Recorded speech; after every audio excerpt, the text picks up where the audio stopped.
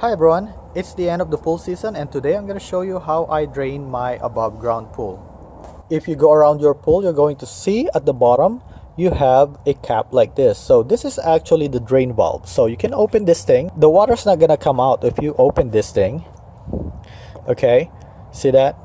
And the way you can make this thing activated is by pushing this out right here. Look at this. And the way they do that is they actually give you this small tool right here where you can put your hose in, and then you can put this thing back here to drain the water to the location that you want. So let me go ahead and put this thing in. You can see here the water is actually coming out at the other end of the hose. Now the problem is using this is, if you notice, that's actually higher than the ground of the pool. So if you can see right now, that is like 6 inches high. So that means that this thing is going to leave 6 inches of water in your pool. This is actually not how I want to do it. So I'm gonna cover this thing up, and then what I'll do is I'm gonna throw this end into the pool.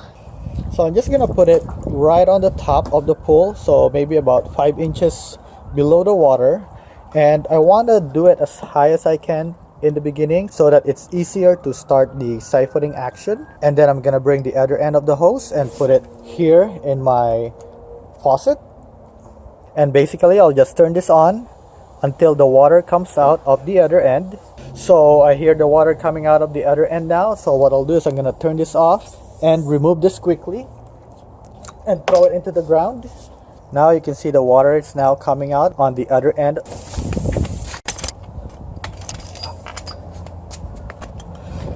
Okay, so you can see the water is now coming out. You can also capture this water and put them in the bucket.